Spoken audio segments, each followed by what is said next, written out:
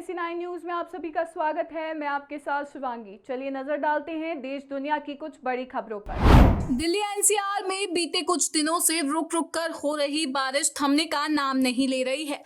बुधवार सुबह की शुरुआत में तो मौसम खुला था, लेकिन दोपहर बाद दिल्ली के कई इलाकों में भी फिर से बारिश शुरू हो गई। बारिश और आसमान में छाए काली घटाओं ने दिल्ली के दिन को रात में तब्दील कर दिया है। इस बीच दोपहर बाद मौसम विज्ञान विभाग की ओर से जारी पूर्वानुमान में दिल्ली में अभी और बारिश होने की बात कही गई है। मौसम विभाग ने दिल्ली में बारिश के लिए रेड अलर्ट जारी किया है। ऐसे में दिल्ली वासियों को सावधान रहने की जरूरत है।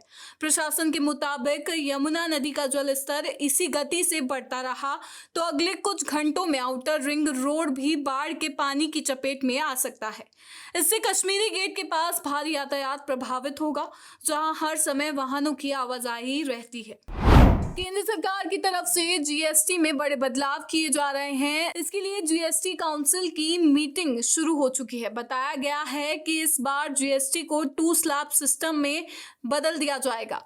अभी जीएसटी स्ट्रक्चर में 4 स्लैब हैं। इसके अलावा कई चीजों में जीएसटी रेट को 8 से 10% तक कम किया जा सकता है। जीएसटी में बदलाव का सबसे ज्यादा इंतजार उन लोगों को है जो गाड़ी खरीदने का प्लान कर रहे हैं।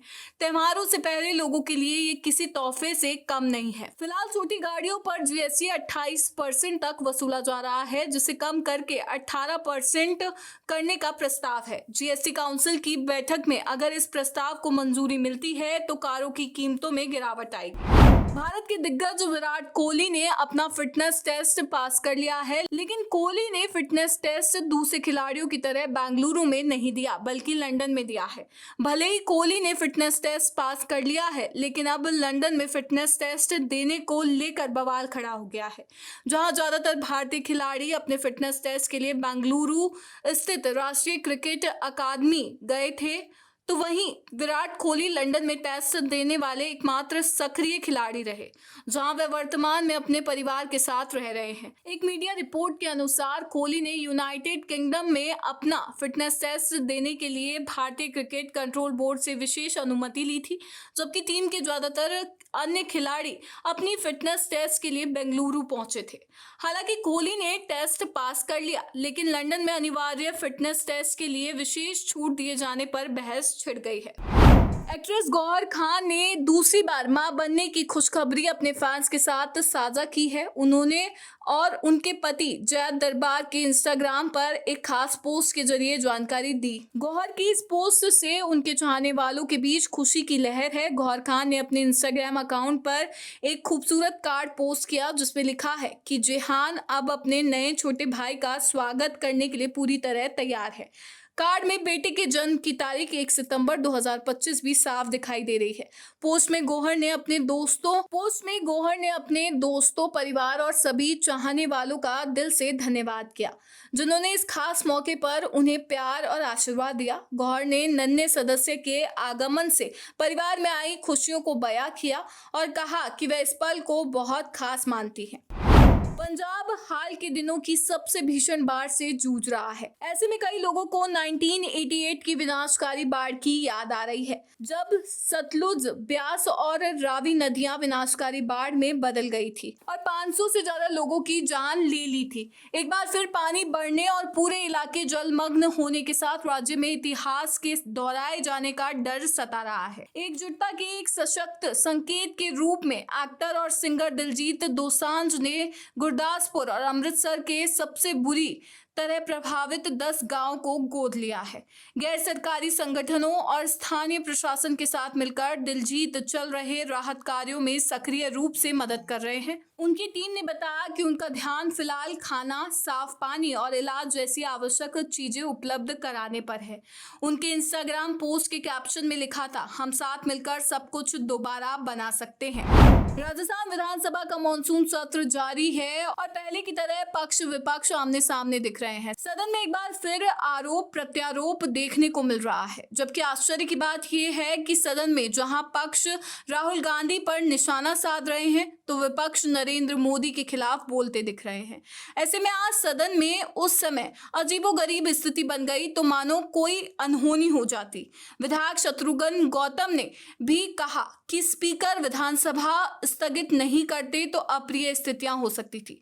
दरअसल विधानसभा में सबसे पहले स्मार्ट मीटर और फिर उसके बाद झालावाड़ में स्कूल गिरने से हुए हादसे में मारे गए बच्चों के परिजनों को मुआवजे पर नेता प्रतिपक्ष टीकाराम जूली ने सदन में अपनी बात रखी।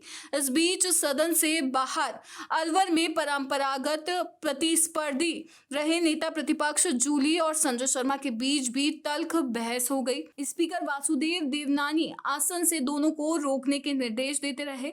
इधर सदन में दोनों पक्षों के साथी विधायकों और मंत्रियों ने दोनों नेताओं को रोका। तभी संजय शर्मा को साथी मंत्री पकड़ कर ले जाने लगे, लेकिन साथी मंत्री ने रोका तो मंत्री संजय शर्मा की शर्ट फट गई। राजस्थान की पूर्व मुख्यमंत्री वसुंधरा राजे का एक छोटा सा वीडियो इन दिनों सियासी गलियारों में खूब चर्चा बटोर रहा है। ये वीडियो उस वक्त का है जब राजे का काफिला जोधपुर के शेरगढ़ से गुजर रहा था और उनके स्वागत में बाबू सिंह जिंदाबाद के नारे लगाए जा रहे थे। ये वीडियो मात्र 15 सेकंड का है। इसमें वसुंधरा राजे अपनी कार में बैठी नजर आ रही है और उनके समर्थक बाबू सिंह जिंदाबाद के नारे लगा रहे हैं। इसी दौरान वसुंधरा राजे ने हाथ के इशारे से पूछा, बाबू सिंह जिंदाबाद कहाँ है? उनके इस सवाल के बाद से ही कयासों का बाजार गर्म है। राजस्थान विधानसभा में नेता प्रतिपक्ष टीकाराम जूली ने आज स्पीकर पर गंभीर आरोप लगाए। जूली ने कहा कि सदन के भीतर विपक्ष की आवाज को दबाने की कोशिश की जा रही है। उनका माइक बार बार बंद किया जाता है, जबकि मंत्रियों को जनहित के गंभीर मुद्दों पर पूछे गए सवालों के जवाब भी नहीं मिल रहे।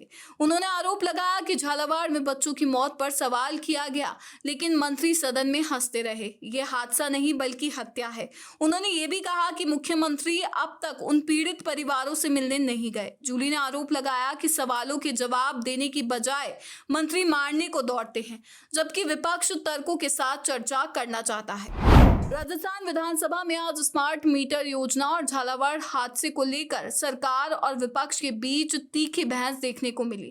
कांग्रेस ने सरकार पर गंभीर आरोप लगाए तो खेल मंत्री राज्यवर्धन सिंह राठौड़ ने पलटवार करते हुए विपक्ष को ही कटघरे में खड़ा कर दिया। खेल मंत्री राठौड़ ने कहा कि विपक्ष सकारात्मक चर्चा को रोकने की कोशिश कर रहा है और फिर मैदान से भाग गया। उन्होंने झालावाड़ हादसे पर कांग्रेस को घेरते हुए आंकड़े पेश किए। झालावाड़ स्कूल के लिए 1 लाख रुपए की राशि कांग्रेस शासन में ही जारी की गई थी। चूरू के बीदासर की गलियों से नागौर सांसद हनुमान बेनीवाल का एक वीडियो तेजी से सोशल मीडिया पर वायरल हो रहा है, जिसमें आरएलपी सुप्रीमो के तीखे तेवर देखकर सब लोग उनकी जमकर तारीफ कर रहे हैं।